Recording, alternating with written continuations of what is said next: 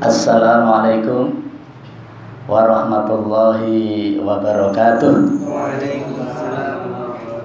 Bapak Ibu yang dirahmati Allah Subhanahu wa taala, kenapa kita mesti paham surah Al-Fatihah? Karena surah Al-Fatihah ini diterjemahkan oleh 113 surah setelahnya. Mulai dari surah Al-Baqarah sampai An-Nas. Ini menerjemahkan, menafsirkan, membicarakan tentang Al-Fatihah. Maka surah Al-Fatihah ini menjadi penting kita pahami karena memang luar biasa kandungannya. Yang pertama, Allah Subhanahu wa taala menjelaskan kepada kita dengan firman-Nya Bismillahirrahmanirrahim. Maksudnya adalah Allah mengasih tahu kepada kita agar setiap langkah kita, setiap aktivitas kita, setiap pekerjaan yang kita lakukan dianjurkan untuk menyertakan Allah dalam kegiatan itu, apapun aktivitasnya. Supaya apa? Supaya pekerjaan yang kita lakukan itu mendapatkan barokah. Dalam sebuah riwayat dikatakan yang artinya setiap kebaikan yang tidak didahului dengan bacaan basmalah, maka kebaikan itu terputus sawabnya atau terputus barokahnya. Maka bisa diambil kesimpulan bahwa ketika kita melakukan sesuatu, kemudian kita awali dengan basmalah, maka sesuatu yang kita lakukan itu akan mendatangkan barokah. Ma huwa barokah? Apa itu barokah? Al-barokatu ziyadatul khair. Barokah itu adalah tambahan kebaikan. Tambahan kebaikan dari siapa? Tambahan kebaikan dari Allah Subhanahu wa taala setelah kita melaksanakan perintahnya dan meninggalkan segala larangannya. Ayat yang kedua, alhamdulillahirabbil alamin. Seakan Allah memberitahu kepada kita agar kita senantiasa mengungkapkan ucapan rasa syukur kita kepada Allah atas nikmat yang diberikan kepada kita, mulai bangun tidur sampai tidur kembali.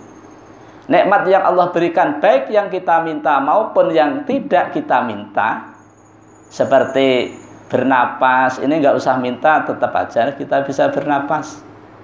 Seperti menguap, nggak usah minta, insya Allah kita sebentar lagi menguap-nguap, ya kan? Seperti apa ya? Apalagi banyak ya, menghirup udara gitu. Nggak usah minta udara, Allah kasih aja. Tetapi ketika kita meminta kepada Allah, kemudian Allah kabulkan atas permintaan kita, maka kita ucapkan alhamdulillahirabbil alamin. Ketika kita memahami ayat ini, berarti segala bentuk puji-pujian itu kepunyaan Allah Subhanahu wa taala. Selain Allah tidak punya. Maka apabila Bapak Ibu sekalian mendapatkan pujian dari siapapun, maka segerakanlah mengucapkan kalimah alhamdulillahirabbil alamin sebagai wujud rasa syukur kita, kemudian kita kembalikan kepada pemiliknya. Di dalam Al-Qur'an tidak kurang dari 5 surah yang diawali dengan alhamdulillahi. Ya, itu ya. Nanti Bapak sampai di rumah bisa dibuka-buka ya. Ada 5 surah yang diawali dengan alhamdulillah. Yang pertama surah Al-Fatihah ini. Yang kedua surah Al-An'am. Yang ketiga surah Al-Kahfi. Yang keempat surah Saba. Yang kelima surah Fatir. Semuanya diawali dengan alhamdulillahi. Tetapi beda-beda maksud dan tujuannya. Oleh karena itu, kita perlu memahami Al-Quran. Karena ayat satu dengan yang lainnya sepertinya sama, tapi tujuannya beda. Misalnya seperti surah Al-Baqarah ayat 37 ya. 37 ya mungkin. 36 lah. Ketika Allah SWT berfirman kepada Adam, Fatalaqa Adamu mir rabbihi kalimatin fataba alaih.